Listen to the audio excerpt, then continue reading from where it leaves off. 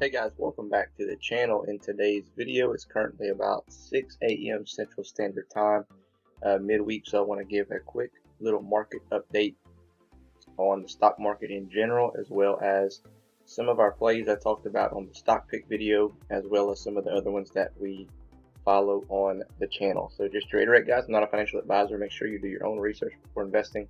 Also, if you find value in today's video, smash that thumbs up button, subscribe to the channel if you enjoy our content, and hit the notification bell. That way YouTube can let you know every time we release new content. So let's dive into it, guys and girls. So we have the S&P 500 we're looking at here. We're due for a pullback because we hit all-time highs again. So and we were just about to poke into overvalued territory.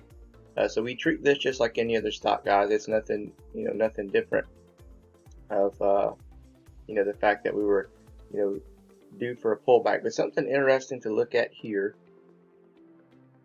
So it looks like we've had like some little small rallies here, right? It's like we've been kind of continuously moving up.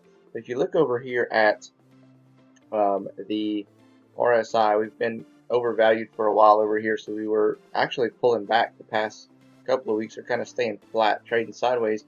But if you look on the MACD, I mean, we've been pretty red for the last couple of weeks, and it's almost like you don't really even notice it because we've just been going up, down, I can't make up its mind.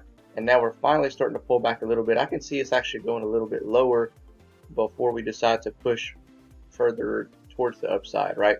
So if we're treating this just like a stock, you see that these red candles closed below that EMA line, which shows some weakness in the price strength of the overall S&P. So we're looking for a green candle close above before we confirm our move to the upside. So what does that mean? Does it mean we're crashing? No, it means we're pulling back, in my opinion. We need some type of huge catalyst to absolutely tank the market. But this is a healthy pullback, in my opinion, but it doesn't mean that we can't get a pretty big significant pullback. As you see here in this channel, this is a big channel that we can use as support and resistance. And you see we're very far away from support, which means if we're deciding to test it, then you can see a pretty decent dip, which would create some good buying opportunities. So let's take a look at some of our other plays that we talked about in the stock pick video, and then I'll update you on another couple of our plays that we talked about on our watch list. Okay guys, so we're going to look at HAE. Like I talked about, there's a potential that it can pull back and you can get in lower if you're going to go and get an entry on this play or do a swing or whatever. And you see here we did dip back down into undervalued territory, and I actually had to redraw the Fibonacci retracement because we busted below that support. So now support's going to act as 62.86 for this particular play, but we are undervalued, okay? But it doesn't mean it can't go lower, right? So basically you want to watch it, and if it maybe kind of just trades sideways at this spot here at around 62 to 63 bucks, that's whenever I would get in. I would be kind of hesitant if you haven't got in yet to go and get a heavy position, because I haven't seen any indications of it's coming back up yet. But I don't think they don't stay down forever, right? Especially after a big pullback like this. So it's getting pretty close to getting an entry. I would say anywhere from 60 to 63 bucks to play it safe, and then put a tight stop loss on it, maybe like a 5% trailing stop. If you're doing a swing play, if you're a longer term investor, then now would probably be a decent time to get some shares, because we are undervalued, and that's where we always like to buy our shares. So let's see, who was our other one? IDEX. Okay, we talked about IDEX. We actually busted below that SMA line. We are trying to recover. Okay, so we talked about that too in the Sunday night stock pick video. Is if we went lower, then just kind of be patient, because we may hit that undervalued territory, and you could have gotten it at about 248. But if you didn't, then I think this is a time to watch it, because I think maybe today we could push up above that EMA line, and if we do, that would give you some confirmation of we should see some move to the upside. And as you see, the MACD, we're trying to cool off from a bearish to a bullish pattern, but there's always a chance that we have a little false breakout and pull back down. So there's a chance you could catch it at about 240 if it decides to pull back further. So it's something to kind of keep an eye on. I wouldn't put my full position in yet if you're trying to get in. Like I said, maybe throw about 25 to 50% of whatever you're planning on, just to be safe. And then that way, if it runs up, you're good, you got some skin in the game. But if it falls down, you can average down at about that 240 level, because it would be super undervalued, and you can ride it back up closer to that $3 mark. Okay. Next one up, guys, is FNGU. And this one here, I buy as it goes down. Okay, so every time it dips a couple of bucks, I'm buying more. So I bought some. I bought actually most of my shares around here, about the 31.50 level, and it fell down back into the 20s, all the way down to 27.69. So if you haven't got in yet, if you do want to get in, now's a good time to, like, again, either average down or start your position, because it's going to pop back up once the tech plays start kind of recovering again, and this correction ends. Then this will pop up as well. Okay, so this particular play here, remember, it's a 3 times leverage ETN, meaning whenever the stock, those tech plays start moving in the upward direction, this thing's going to roll. This thing moves really aggressive to the upside, but when they start pulling back, it's going to move very, very aggressive to the downside as well. So your current resistance right now is currently 31.45.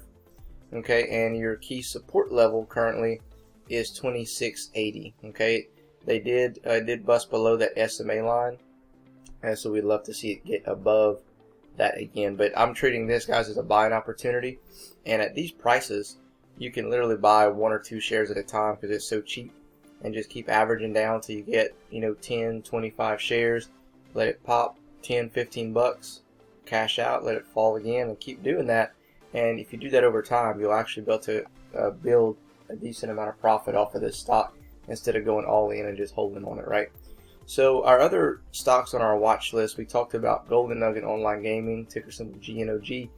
I did wait for it to fall back down, and it fell all the way down to about $13. I got in at $13.50 on a swing play. I think it was $13.52 maybe is where I bought. And I'm going to ride it back up to where we get closer to that SMA line. I'll probably cash this smaller position out at 15.